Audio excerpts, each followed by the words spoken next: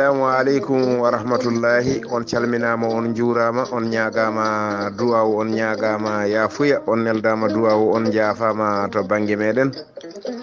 Weltare ɓiɓɓe fulɓe, andu diine maɗa fedde heblo sukaɓe Afrique e dendagal pelle meɗen WhatsApp ha to dande men jogori ha ɗoyde. On ñaganama Allah moƴƴere, on ñagama nde ñagontuɗon en Allah moƴƴere. Yo Allah waɗan en moƴƴere aduna e lahara ene dendagal bandiraɓe julɓe foof. Sikki ala so oɗo saaha heedi haqqillaji minen e keɗe ko mbiyeten jolgo miijoji walla mbiyen toɓɓere ganuma. Moni kala noon ko dimo e miijo muɗum. Toɓɓere men ganuma hande ko ni sifori ko suka gorko goto ko ɗanni yanke en cuɓima wasde haalde e leydi ndi o jeeya ndi e wuuro ngo jeeya ngo e nokku to ɗannori to. Sikki ala o ɗannimo o waɗi duuɓi e ladde machallah. So tawi en jiiɗi mbiyen kam Allah ne udditimo.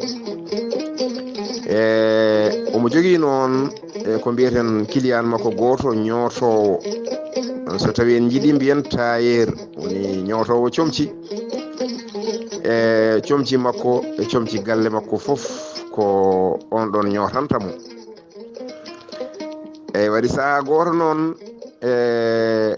o hettoyi bagi makko, bagi machallah ko bagi jolɗo keso mataw ari koko ɓooyani. O hetti bagi o addani ñootowo o yo ñootanmo. Ɓe kaldi ɓe kawri on no foti yoɓete. O itti ko yoɓanno ɗum, o yoɓi ɗum. On taƴi bagi o wimo ya ha ñalawma naggam garana bagi maɗa. Wayi ha ñalawma naggam ari o tawi waji o ñootani bagi o, hollimo kadi wi kuppi, hollimo kuppi bagi o nana haɓɓi ñootani taw. Sikki ala hokkitimo kadi lajal gongal. O yeehi kadi ha ngal noon lajal timmi kadi o arti kadi on ɗon ñootani bagi makko o. O wi min de hankadi ne a fuɗɗima jolnude goɗɗum saabu wonani mbanoɗa. Nden somi addino tan sa hokki kam lajal tan somi ari a ñootanno. Kono joni noon ɓe ronki famde holko gonɗa e dow muɗum. Sikki ala on kadi hokkimo lajal tataɓal. O yeehi kadi o arti o tawi on kadi ñootani. O wimo noon aha hankadino noon ko ɗo woni darñem walla caggal battinogol aadi meɗen. Laabi tati joni mboɗa ara mboɗa tawa a ñootani te walla haalu mi arat mi tawa oɗon jooɗi boowal oɗon jewta tawa haydara waɗani. Somi ari gummoɗa natoya nder mbiyami vraiment mi suwa ñodde taw te haydara waɗani. Sinno tawnomi ko aɗa kippi aɗa wone ñooti kewɗi mi wiya aɗa jindi ko ɗum hanma ñodde. Kono an e amparanteɓe ma foof tawanmi ko ɗon jooɗi boowal oɗon jewta onon e ñootoɓe woɗɓe ɓe. Sa wi kam noon ɗo a dañani no ñootirɗa min ɗum ene hawami sanne. Sikki ala mboɗomi yaaha ñalawma naggam komi gartowo. So tawi mi arti mi tawi a ñootani dokkitami bagam, dokkitami kaalisam. On wimo ala caɗele yatan jaafoɗon. O yeehi ha ñalawmoɓe kalduno o arti o tawi waji o kadi ene jooɗi boowal kadi ene jewtida ene mbaɗi no garan place ni ene jewta. On umni ɓe natoye nder o wimo bagam ko bagam tan cohlumi. Hande mi yiiɗa haala kewa kono fewi ko bagam cohlumi. Kanko tailleur o fuuyi atelier o fuuyi atelier o foof o daari kala to fonno moftude o ronki yitude bagi o.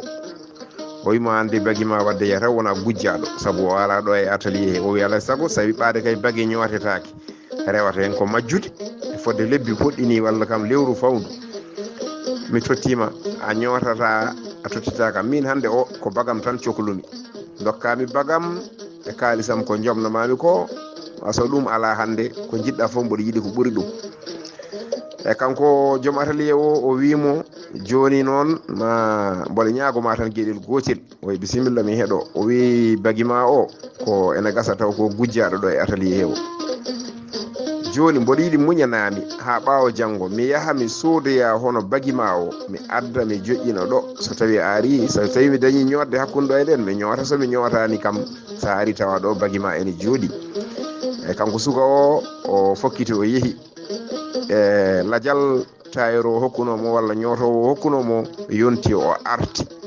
Nden o arti kadi juste kadi o tawi kadi on kadi enen jooɗi boowal kadi enen jewta on hafti kadi ɓe naato e nder oye moto bagam woni oye min de jeereji ɗi wuro ngo ala fof to mi yaɓɓani bitigi yo bitikel ɓe mbi bagi ma ɗo ala ko mankuɗo bagi mo namdotomi o ko mankuɗo o wodani joni noon jinmi wiidema ko holno foti connoɗa bagi ma mi ruttuma kalis maɗa oɗo joom bagi o wi ko ɗum woni ko battintomi wadde ko bagam tan cohlumi hono bagam o ko hono on cohlumi mi sohlani bagi goɗɗo mi sohlani duttami kalis tawi ko kalis mboɗo jogui mi ronkani kalis bagam o ko on cohlumi gad ceekoya hono bagam o ha timma metere jamɗe ha timma dokkami so ɗum ala ko jiɗɗa fof mboɗo yiiɗi ko ɓuuri ɗum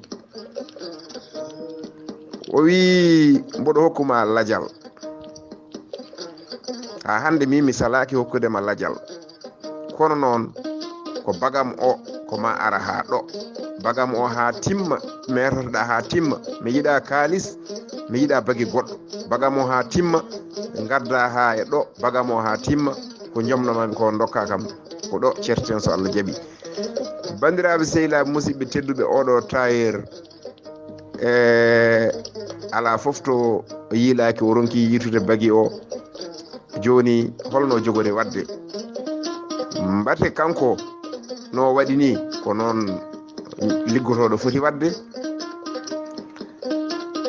so hokkude rendez-vous ji tan taw ñewtata bandiraɓe sehilaɓe so wi jaabol nen ko noon jaaboto oɗo joom bagi o kanumne mbate oɗo ɓaade ko client muɗum wonno omo ñotanannomo guila adan joni ɓe dewdi ɗo foof mbate omo foti wiide kanko ko bagi makko o tan o yiɗa yoɓirede kalis o yiɗa yoɓede bagi goɗɗo bandiraɓe sehilaɓe musidɓe tedduɓe so tawi ko jaabowol ko noon jaaboto so tawi wonko weñe haala he wona ɗum wonno sago meɗen so tawi wonko feewi hen kota Allah to Allah ko pewɗo pewnowo yo hollu en lawol peewal o rewna en hen o ko musidɗo moon Ibrahima Saydou Kane ɗacco nakke jaafoɗon on jarama yo Allah wonan en wonda e meɗen